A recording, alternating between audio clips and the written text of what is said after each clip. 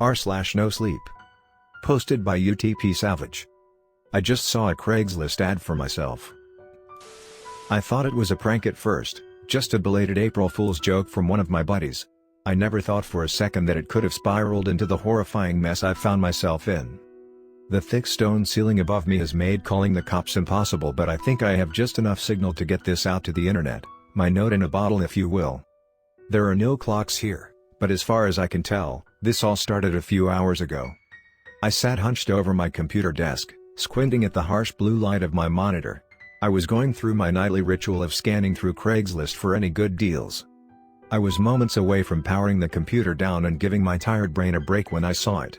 The image was so surreal, it took me a moment to figure out what I was looking at. There, nestled between a vintage typewriter and a dusty old sofa, was a picture of me. The title was my full name and the price was listed at $1,500. I mentally went through all of my friends and family, trying to figure out who would do something like this, but came up empty-handed. I saw there were more pictures and went to scroll through them but hesitated. I was afraid that I'd be met with fuzzy Polaroids of me taken from behind bushes and through windows. However, as I scrolled through the images, I realized I recognized each one. I'd taken them. They were all from my Facebook feed. A selfie I'd taken with some friends at a bar. A picture of me at the beach with my girlfriend. I felt my heart rate begin to quicken. My Facebook was set to private and I never friended anyone I didn't know. How had these pictures gotten onto the internet? I clicked the listing and began anxiously reading the description. Product is a 26-year-old Caucasian male. It is 237 pounds and 5'8". It consumes approximately 2,200 calories per day. I raised an eyebrow at that last line. What would anyone want with that information? It went on to describe everything I'd eaten for the past 2 weeks in meticulous detail. Everything from the McGriddle I'd had on my way to work, to the Snickers I'd munched on today after dinner. They even knew about my ad medication. I nervously glanced around my house, suddenly feeling naked and vulnerable. Where were they getting this information? How long had they been keeping tabs on me? Just when I thought it couldn't get any worse, I saw a short message at the end of the post that made my skin crawl. Product is unathletic and should be easily collected by 2 to 3 people. Bringing weapons are suggested but not needed. Collected? Any hope of this being a joke was beginning to evaporate. How many people had seen the listing by now? What kinds of people go searching for a listing like this at all? Then I had a thought that made me bring a hand to my mouth. Did this page have my address listed? It seemed terrifyingly possible. The listing had seemingly every other detail about me. Why not that? My eyes scanned the web page until I found a message that explained everything. Address for $1,500. Email me if interested. It made a sick sort of sense. They'd found a way to monetize their stalking. Why let such great talent go to waste, right? I wondered how many other people he'd done this to? How many home invasions and robberies and abductions he'd helped facilitate just for a few $1,000s. I immediately flagged the post, hoping to have it taken down. However, I quickly realized it would take hours, maybe even days for the moderators at Craigslist to get to it. I didn't have that time to spare. My fingers flew across the keyboard, searching Google for some way to get a hold of the people at Craigslist, but in the end, all I could find was a generic contact form. Getting desperate, I opened my email to try one last gambit. I plugged in the seller's address, a random string of numbers and letters, and typed out a desperate plea to take down the listing, offering 5 times the original price. Waiting for a response was torture. I passed the time by running around my house, locking all of the doors and windows. I also turned out all of the lights to make it look like no one was home. I knew realistically, the odds of some psycho seeing the post was slim. But the internet was a big place and I didn't want to take any chances. I was so on edge that by the time I heard the ding of the email notification, my heart practically jumped out of my chest. I regret to inform you that the information has already been purchased. I buried my head in my hands. I had been too late. How long ago had it been bought? 10 minutes ago? An hour? A day? My line of thought was broken when the crackle of wheels on gravel brought my attention to the window. I pulled the curtains aside and peered out into the night, careful to reveal as little of myself as possible. A black SUV was pulling into my driveway, its occupants hidden behind a dark window.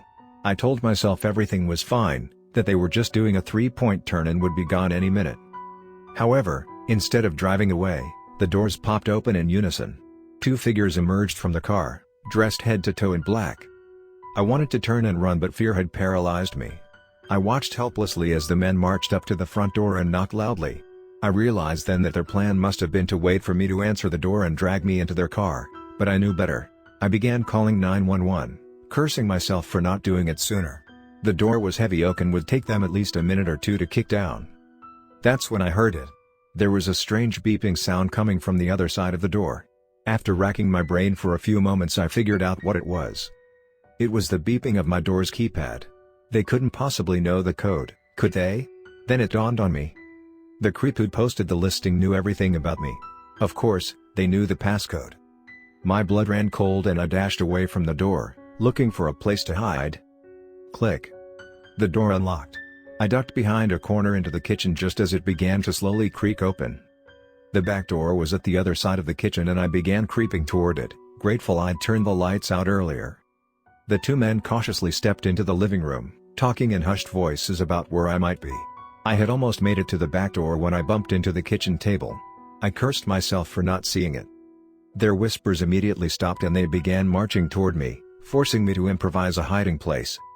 I slipped into my kitchen's pantry and shut the door just as the light clicked on. The men, apparently no longer concerned with stealth, began stomping around the kitchen, looking for me. I squeezed my eyes shut and prayed they didn't look inside, knowing I'd be completely helpless if they did. I bit down on my knuckles and time seemed to stretch out forever. But they eventually left, going deeper into the house to search for me. I let out a sigh of relief. Buzz. My phone was ringing in my pocket. I took it out and it was my girlfriend, Lexi. My eyes widened. Lexi. She'd be home any minute. What if the men decided to take her instead? I answered the call. "Hey you," she said. "Lexi, don't come to the house. It's not safe." "Oh my God, where are you?" she asked, fear creeping into her voice. "I'm hiding in the pantry. I think I'm safe for now, but..." The line went dead. I felt my heart sink. Had they gotten to her already? Had I not warned her in time? Then I heard something strange vibrating noise in the room over. One of the men's phone was ringing. He answered it and listened a moment. His voice was raspy and muffled. "He's where?" Another pause. Then footsteps, thundering straight toward me.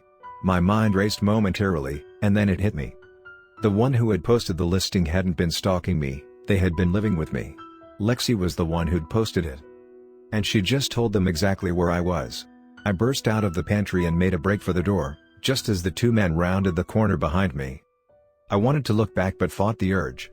If I looked back I'd get nervous, and if I got nervous I'd stumble, and if I stumbled they'd drag me into their car and do God knows what. I flung open the back door and ran into the cool damp air. However, before I could make a break for it, one of them caught me by the hood, snapping my neck back. The fabric tightened around my throat like a snake, making it hard to breathe.